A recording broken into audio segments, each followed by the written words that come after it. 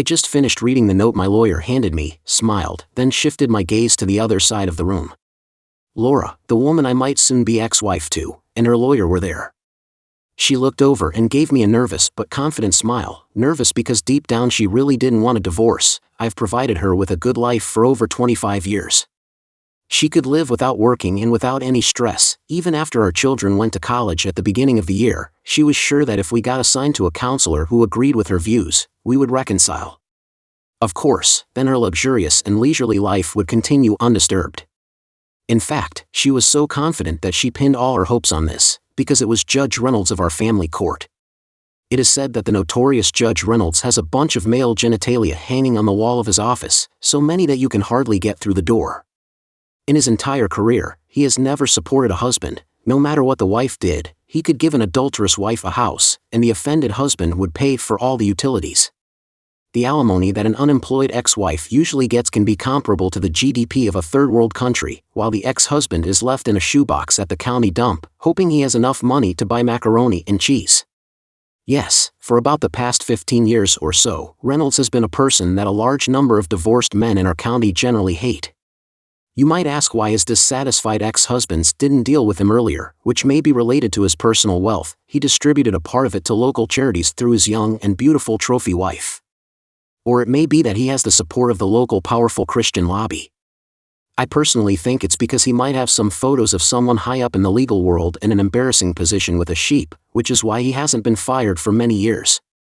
Oh, yes, Laura had reason to be confident and complacent at that moment. The bailiff stood up and shouted, "All rise." I reluctantly stood up, because 150-pound Judge Jeffrey Reynolds walked clumsily through the side door, swaying towards his reinforced chair, which creaked in protest under the weight of his body. He looked flushed from dragging his bloated body from lunch to the judge's seat. He glanced at the notes in front of him, then nodded to the bailiff, and he spoke. "This is the continuation of Brown v. Brown, presided over by the Honorable Judge Reynolds." The courtroom was filled with the rustling of clothes as people sat down. I probably didn't need to sit down at all. When he nodded for me to stand up, the judge looked at me sarcastically and said, "I see you completed your last sentence in prison 5 days ago, Mr. Brown. I see this is your 4th time serving 30 days in county jail for contempt of court. As I said at the time I sentenced this punishment, I believe that marriage counseling is mandatory in any dissolution of marriage. Marriage is an institution blessed by God. One must use all the resources they can to avoid destroying the heavenly alliance, or incur the wrath of God. Are you now willing to give your wife a chance to explain to you under the guidance of a professional counselor how you have failed her?" I almost choked on his insulting words, almost vomited. This man could make Mother Teresa get angry and throw things at him, but I forced my voice to sound firm and strong. "If both of you still want me to participate in this counseling farce after you hear what I have to say to my wife, I will agree." I was surprised that I could complete this statement, even though my lawyer told me that the judge has a duty to let me say anything I want. This judge has a record of being very presumptuous and breaking rules to serve his own health purposes. So, please say what you think, but keep it brief. I have a busy marriage saving schedule. I cleared my throat and began to say, as I said before, in 27 years of marriage, I have had many opportunities to stray. I still have my appearance. Rich and powerful men attract a certain type of woman who will pounce on you. Although starting my own business and growing it to its current size has brought me pressure, I have never slacked off. I think I have the right to expect my wife to do the same. After all, she has not worked outside the home since she found out she was pregnant with our first child. She did not take on the responsibility of supporting the family, nor did she have the pressure of running a business or the huge workload that I had. Moreover, you are right. Marriage is an institution blessed by God, and we both stand in front of its representatives, swearing loyalty to each other. Continue, Mr. Brown, we have heard your long speech. I just want to say, Your Honor, I don't think I deserve the treatment I received on March 20th of this year in any way. I should not have come home early from work to find someone sitting in my living room with the sound of sexual activity coming from upstairs. I should not have been startled when I went upstairs, when the guy in the living room shouted to me, "Hey, don't cut in line, it's my turn next." I noticed that Laura was obviously uncomfortable at this point. She might be a slut, but she certainly didn't want our dirty laundry to be made public. The judge interrupted me. My position is not to comment on social morals. I need to ensure that the institution of marriage is protected and the family unit is safeguarded. I wanted to shout, What family unit? Our children haven't been home for a long time, and they haven't spoken to her since she admitted her disgusting behavior. But the last time I did that, I angered the judge and earned an extra 3 days in jail, so I shut up and burned with the good judge's gaze. I also don't think I should have walked into my own bedroom and saw my wife lying on her back, legs wrapped around some young PE teacher, hips urging him to take me deeper. I knew exactly what I shouldn't have been humiliated by, when I was told to wait downstairs for them to finish. The only bright spot in my life in the past 5 months was recalling the expression on that Jim Mouse's face, when I ignored my wife's instructions and went downstairs first, his annoyed expression when I pulled him away from my wife, his completely terrified expression when I threw him down the stairs. He broke his collarbone, bruised and purple, and then I threw his clothes at him. The guy waiting in the living room ran away under my stern gaze. He is still an unknown person to the police, so he is not a witness.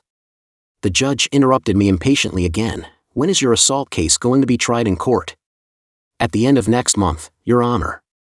As I have said 1,000 times, Mr. Brown, the actual actions of both parties in marriage are irrelevant here. What matters is the principled approach you can take as a husband. You can go home and catch your wife and the whole local football team, but I don't care. I will still defend the sanctity of marriage and her rights. Domestic violence can never be forgiven, even if it is against a man who helps your wife adapt to your shortcomings as a husband. I explained that all of this will be handled by the counselor. As you know, I think my job is to economically punish spouses who do not participate in counseling or ignore its benefits. Then the smiling fat man leaned back in his chair and let me continue. I didn't pay attention to what he said, and of course I shouldn't have. Why are you boringly bothering us with your condemnation, Mr. Brown? I have explained several times that your wife's behavior, past or present, is irrelevant here. My role is to do everything to avoid the breakdown of marriage and to ensure your wife's economic well-being. I believe this marriage can be saved, and what your wife wants most is to have you back in her loving arms. I warn you again, if you do not participate in the counseling I ordered and return to your husbandly duties, the reward for your wife will be much higher than what your lawyer suggested, and you will have nowhere to go. So, I thought again, women don't make mistakes, it's not about money, she just has needs. I'm going to burst that bubble. As I said before, Your Honor, if my wife still wants to seek counseling after hearing the deal I offer, I will reluctantly comply, but let her be warned that the validity of this deal is 1 hour. If there is no signature within an hour, we will go to counseling, which will not change anything. But even considering your legendary decision, her final reward will be less than this offer. I really hope you don't defile this great institution by reducing the institution of marriage to a value represented by dollars and cents. Having said that, what is your proposal? My lawyer finally stood up and recited the proposal we had agreed upon. My client will transfer the Brown family home to Mrs. Brown, pay all government fees, and complete the above transfer. He will transfer 90% of the value of all bank accounts opened solely in his name and jointly in the name of David and Laura Brown to the bank account of her choice. In addition, he will sign a document committing to transfer 40% of all future profits of Brown Engineering or any other legal entity he establishes in Australia in the future to the former Mrs. Laura Brown. To do this, my client wants Mrs. Brown to give up all counseling requirements, stop opposing the divorce as soon as possible, and restore her maiden name as soon as possible. I saw Laura and her lawyer having a heated discussion on their table. Then her lawyer stood up and said, Your Honor, if Mr. Brown's proposal is indeed as generous as described, we would be very happy to sign this deal within an hour. His noble tolerance looked disappointed that greed was once again prioritized over principle, but as he looked at them, he realized that this matter was hopeless. Before receiving a signed copy of the appropriate proposal, I hereby dissolve the marriage of David and Laura Brown. The dissolution will take effect in 30 days. He knocked his gavel, we all stood up, his chair sighed with relief, and he wobbled away. I glanced at Laura's table and saw that both she and her lawyer were grinning like Cheshire cats. She was because her excessive and extravagant life could continue indefinitely, and he was because of the large percentage he earned in the deal. As I watched him start to read the details of the deal, I wished I was there. For the first time after next Monday, there was an opportunity to find out that the house that Laura fully owns has been mortgaged to the extreme. The bank accounts are almost empty, and I no longer own any companies in Australia. My lawyer called 2 hours later to say that the judge had approved the deal and was busy destroying the lives of other poor people. I packed my last piece of luggage, checked to make sure my passport was in place, took a bottle of $1,300 sparkling wine, which we are no longer allowed to call champagne according to the law, and then went to my friend's place. In defense, I did not date Lucy before Laura destroyed our marriage. For all the screaming Puritans, you are still married. I think the marriage ended after Laura's behavior became public knowledge. So I'm not perfect, sue me. Lucy is younger than my 47 years, and I have to say, she is not so smart, but she does have a very generous soul, the most magical blue eyes, and an amazing body, supporting my bruised self-esteem, because she seems to appreciate my size and stamina. I can bury my face in her lush emptiness and stay there forever. It took nearly 4 weeks to seduce her again. In defense, it's hard to get into any kind of relationship when your stubbornness keeps getting you locked up in the local jail. After I tasted her charm, she really wanted more. She assured me that what I brought her was happiness, not caused by plastic surgery. After 15 years, as soon as I heard the deal was completed, I called her to see if I could come over. She said she was free now, but she had another appointment around 7 o'clock. I knew she couldn't always stop drinking, so I didn't open the bottle until we got into bed, and she walked naked to the refrigerator. I came back to the bedroom with the expensive bottle and 2 glasses.